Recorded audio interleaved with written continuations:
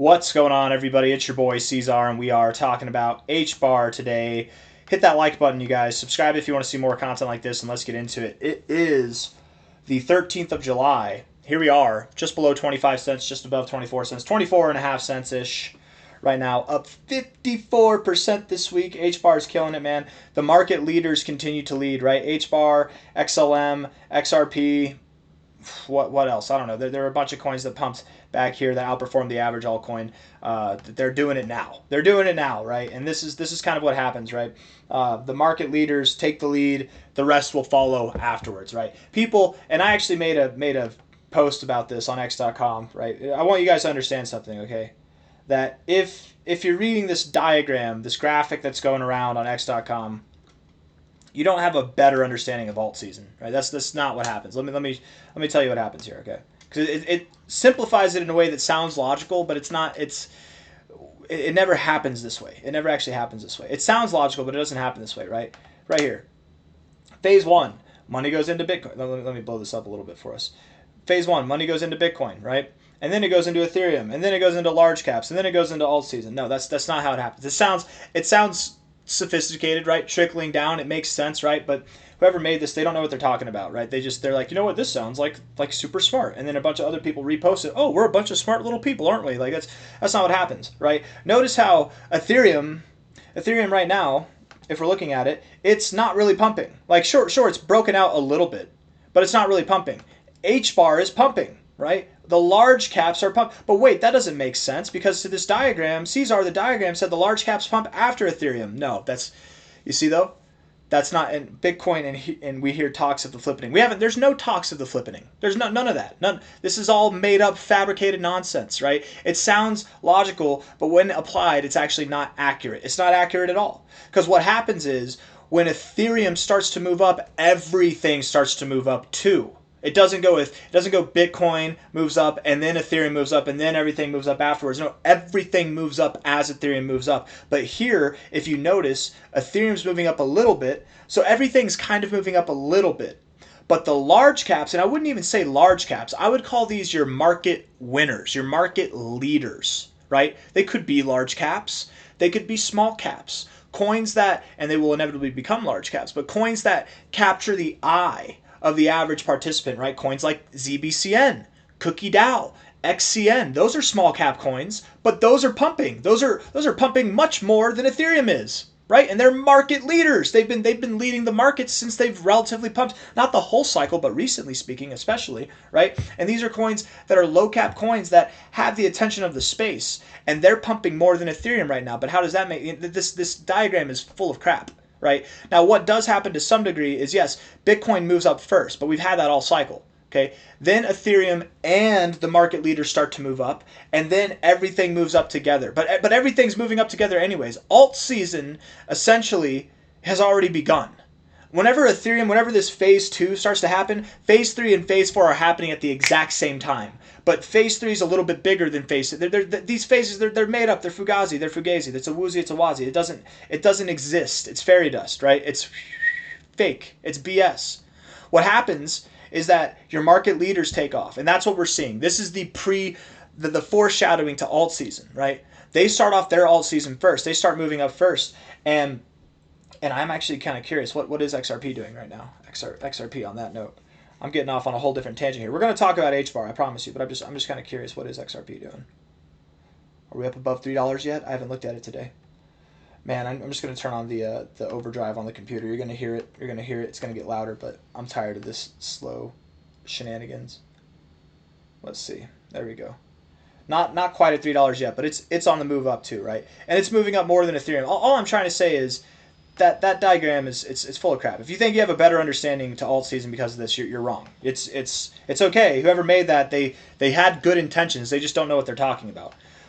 Who's to say that I know what I'm talking about? I don't know. But this is my third bull cycle. I've seen how this works, and it does not work at all like that diagram portrays. At all. No, not at all. A little bit. Kind of like 10% of it's true, but the rest is just made up.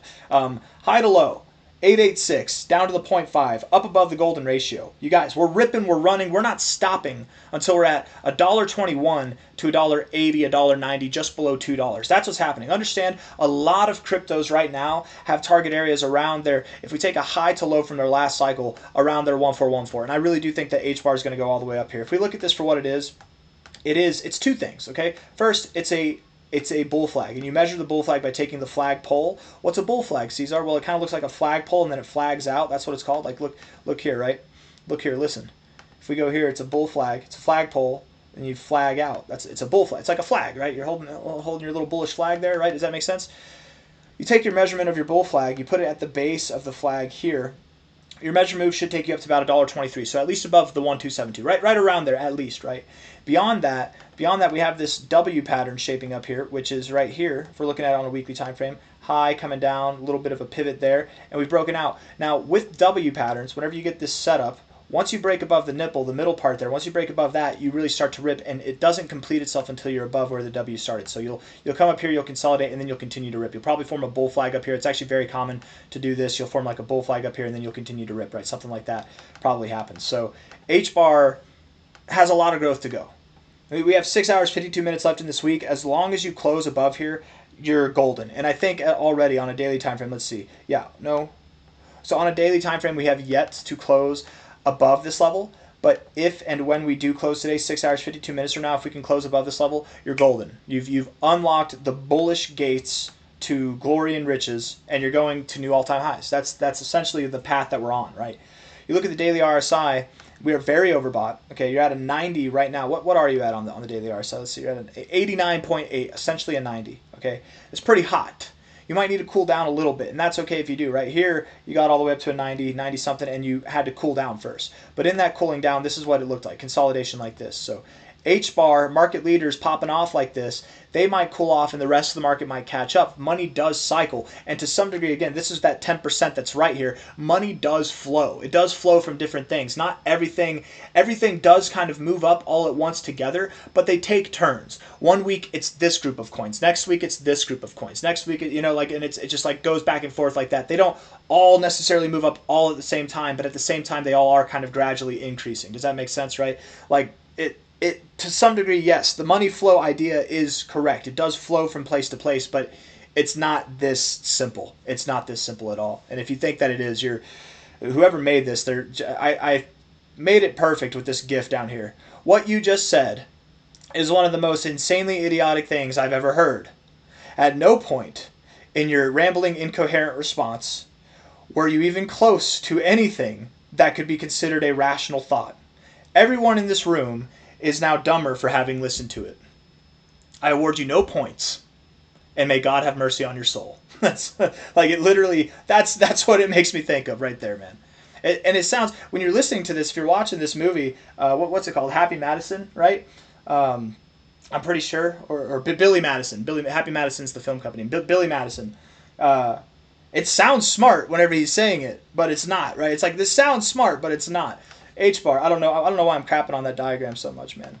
I don't know, but just anybody who's been, I'm surprised when I see people who have been in the cycle, in the crypto sphere as long as I've been, and they're retweeting this. I'm like, are you kidding me? What you guys know better. You know better. What do you mean? Like, that's not how it works. We're animals, man. We that herd mentality is strong, and we like to think that, oh, this sounds smart, so I'm just gonna go with this. But it takes some critical thinking to be like, wait, actually no, that's not what happens. High to low here. We're probably going to go up to 27 cents to 33 cents, somewhere in that area first, right? Talking about getting up here and then consolidating, right? Consolidating like this to cool off your RSI so you can keep running, right? Whenever you get overbought like this, you get overbought again consistently. The growth doesn't stop there. It's just the beginning of more to come. But I don't think you stop here. I would think you go up to 27 cents to 33 cents, somewhere in this zone. You'll probably consolidate, much like you did here for like a week or so. Other coins will run in that time. And just because HBAR's not running while other coins are running doesn't mean that it's a dud. It just means it's taking its turn. Everything does take its turn. And to some degree, again, that's why this, to some degree, has a point. But largely, it's a farce. After that, you're going to continue. We'll see 60 cents. We'll see 80 cents. You'll probably consolidate in this area. After that, you'll continue. We'll see $1.20, $1.30. You'll consolidate in this area. After that, you'll continue, and you will go all the way up to prices that are just below $2. And maybe you don't even consolidate here between like $1.20, $1.30. Maybe just run all the way right up to prices that are just below $2. But I do think that we'll be at prices just below $2 sometime from like August 18th and past then, in the later parts of August. That's my expectation at the moment, okay? Looking at this on a 1 hour time frame, the RSI is super bullish, super freaking bullish. Yeah. You've got a little bit of bearish divergence, but it looks like you're not giving it up. I don't know. If you do, maybe over the coming hours you pull back down to like 23 cents, but again, you're not stopping here. It might be a momentary pullback, but you're not stopping here. You're not seeing any kind of serious consolidation. 4 hour time frame, bullish as hell. I don't know if I'd call that bearish divergence. I get where you're coming from, though, right? With the lower highs and the higher highs here, I get it. But you're also above these highs, right? So it's higher highs here, and you are above these highs. So is that bearish divergence? I don't think so.